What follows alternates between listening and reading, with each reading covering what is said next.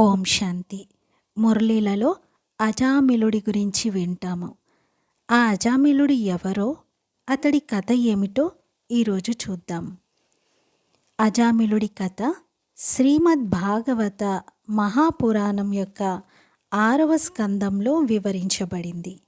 ఎలాంటి పరిస్థితిలోనైనా, ఎంత దిగజారిపోయినటువంటి పాపాత్ముడైనా భగవంతుడి నామస్మరణ చెయ్యడంతో మోక్ష మార్గంలోకి వెళ్ళగలుగుతారు అని ఈ సత్యాన్ని అజామిలుడి కథ మనకు తెలియజేస్తుంది.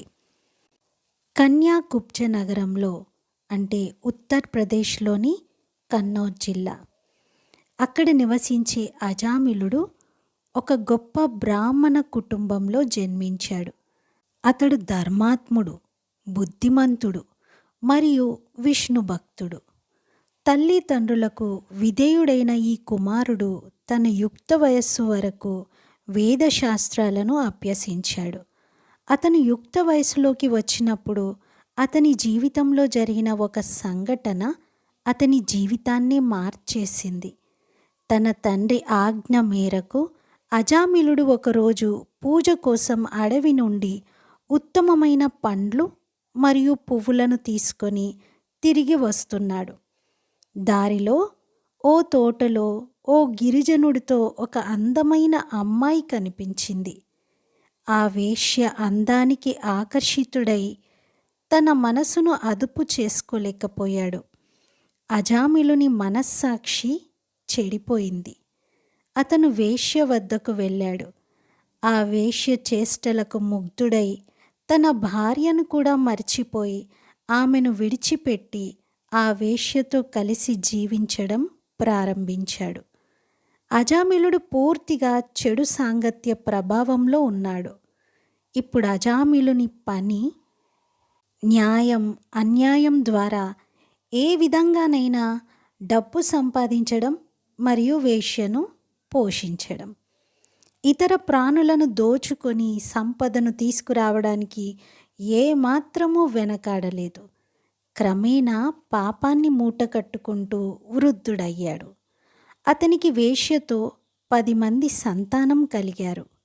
మహాభోగిగా మారిన అజామిలుడు తన చిన్న కుమార్తెను చూసి ఆకర్షితుడయ్యాడని మరియు వారిద్దరికీ 3 కుమారులు ఉన్నారని మరికొన్ని కథల్లో కూడా చెప్పబడింది. ఒకరోజు అజామిలుని ఇంటికి కొందరు సాధువులు వచ్చారు. అజామిలుని గతంలోని మంచి స్వభావం కారణంగా అతను సాధువులకు ఆతిథ్యం ఇచ్చాడు.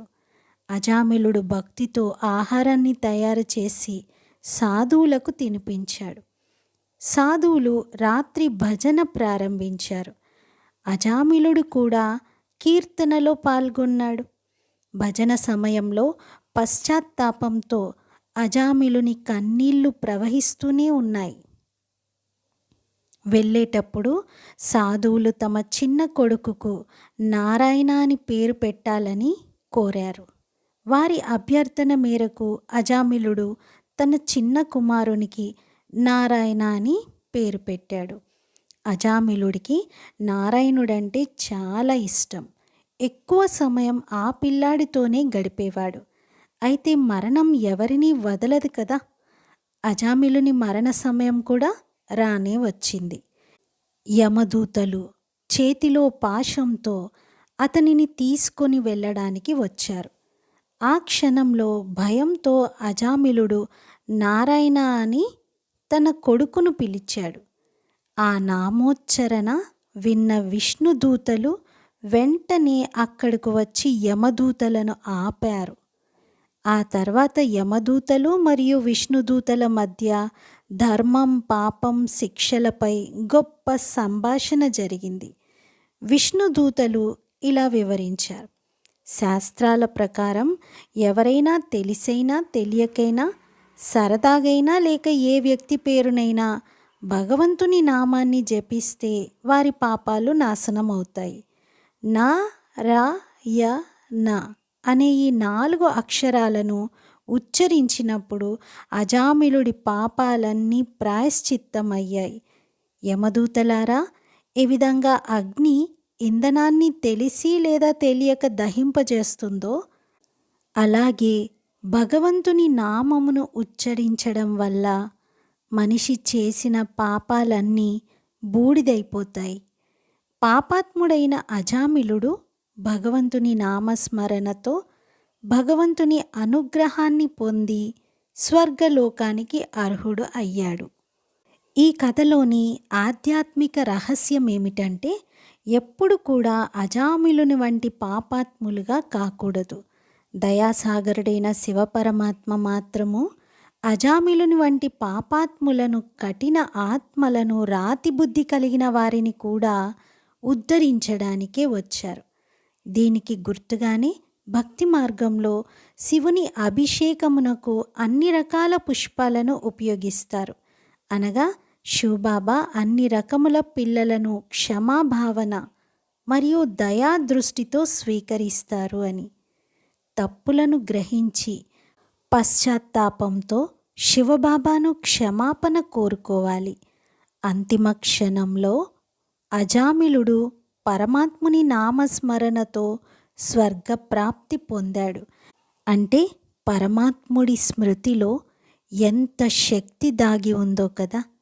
అజామిలుడు స్వర్గంలోకి వెళ్ళగలిగాడే కానీ ఉన్నత పదవిని పొందలేకపోయాడు. అంటే అంతిమ క్షణంలో శివబాబా స్మృతి ఎంత అవసరమో, అలాగే జీవితాంతము ప్రతి క్షణము శివబాబాను స్మృతి చేసినట్లయితే స్వర్గప్రాప్తితో పాటు ఉన్నత పదవిని కూడా పొందగలుగుతాము. ఓం శాంతి.